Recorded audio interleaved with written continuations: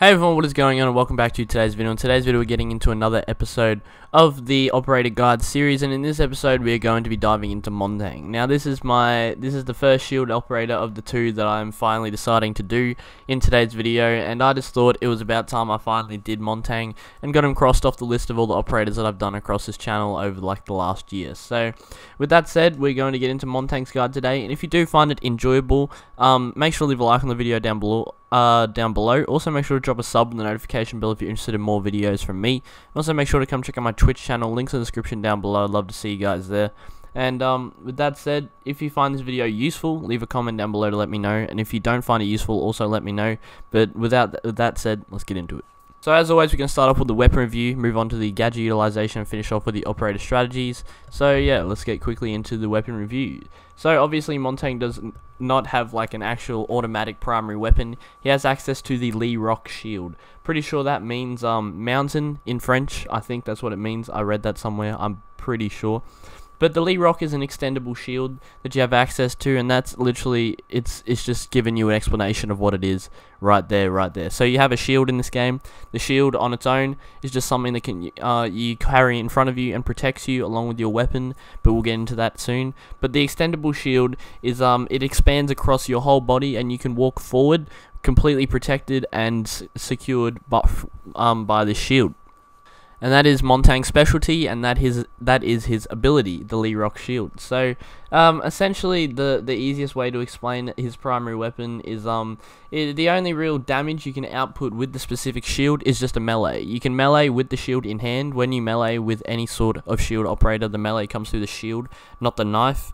And that's really the only difference. So you swing your shield instead of your knife, and that's the difference from another ordinary operator that Montagne has. I don't really have anything else to say in terms of his primary weapon, to be honest, but has 28 mobility according to this, which means absolutely, I don't even know what that means, but yeah, that's literally all I have to say about his primary weapon. There's no choice, it's just good. I don't know. In terms of his secondary weapons though, he has access to the P9 handgun, which does 45 damage on a trigger finger fire rate with 16 bullets in the mag, and he has the LFP 586 pistol, which does 78 damage on 6 rounds in the capacity. So as you can tell, these are two incredibly different scaled pistols. The P9 is a lower damage but higher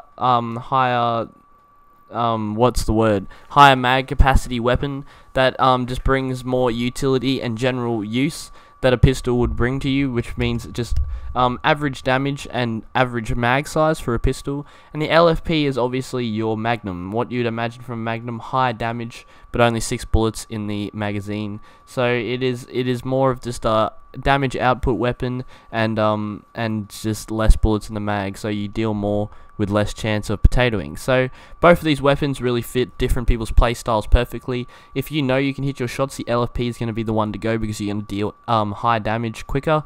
But I feel like in most people's cases, the P9 is 100% the one you want to use because it just has general power that you can utilize behind the shield, and you have that large magazine size when shooting with a pistol that you're going to want for most people, because it has just general size in the magazine, so you have room for error and you can still continue to shoot at people, and it's just easier to use in my opinion. The LFP does have a little bit of a knockback because it's a magnum, so it expands a little bit, but in general I just think the P9 is a better pistol, and but the LFP is still incredibly powerful. As I said, it really just depends on what your play style it really comes in fit with.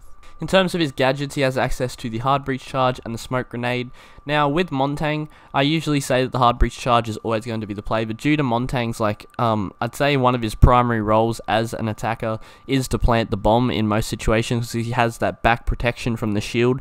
When he's planting, he puts the shield on his back, and the shield is still valid when it's on your back. It doesn't go invisible. So using these smoke grenades and pairing this up with the shield plant can be a very useful way to plant in certain objectives, and can give you the cover that you may require to get that plant down successfully with the smoke grenade and the shield. So either way that can work, but the hard breach charge is still a very effective gadget, and it can be utilized very well.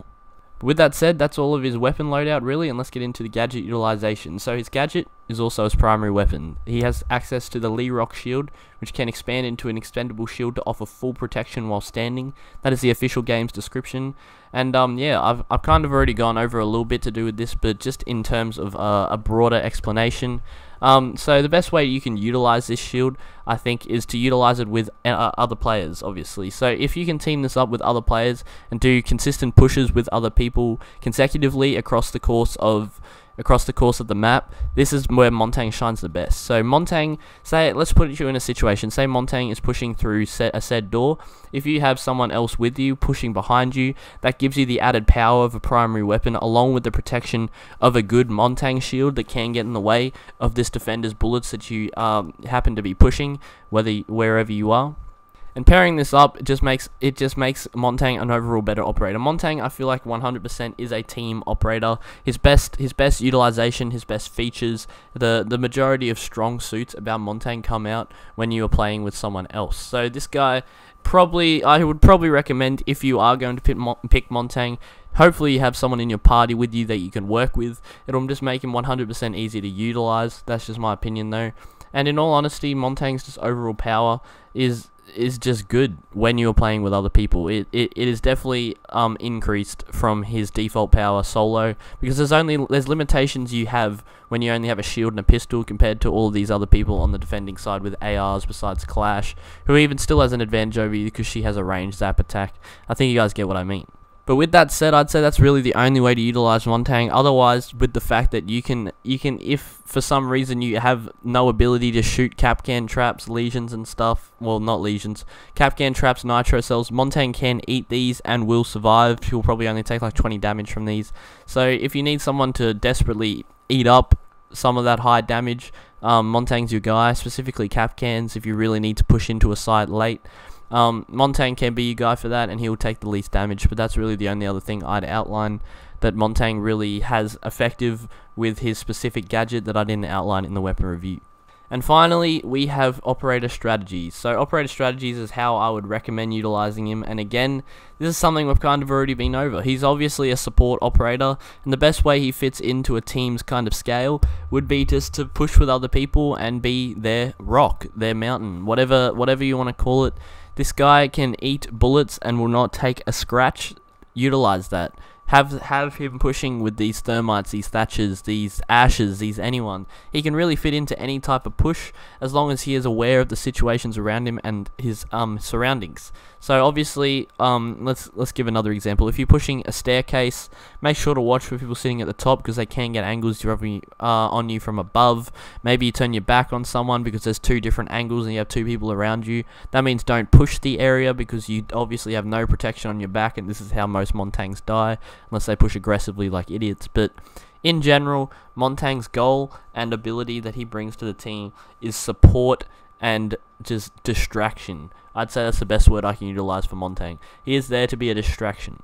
He is there to put off the defenders, so when they are trying to get to these thermites, these useful ability-powered operators, they have to go through a Montagne who can easily just drop his shield at any time if they take too much focus away from him and kill them. So he is a viable threat, and if played by a good Montagne, can be incredibly deadly on the attacking side, and is definitely someone that I personally do not like going against, especially in my rank when most people know how to properly utilize him.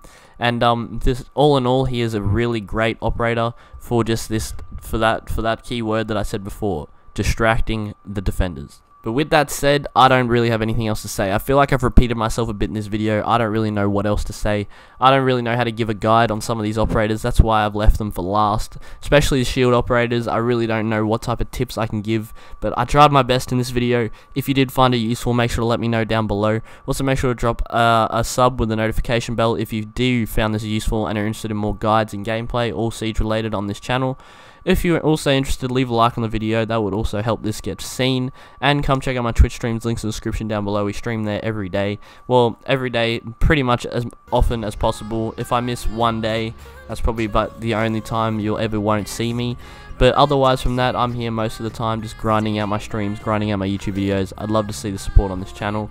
But obviously, if you didn't find this video useful, I'll never see you again. I hope you had fun with your life. With that said, again, I hope this was useful. Hope you enjoyed. Catch you in the next one. Peace.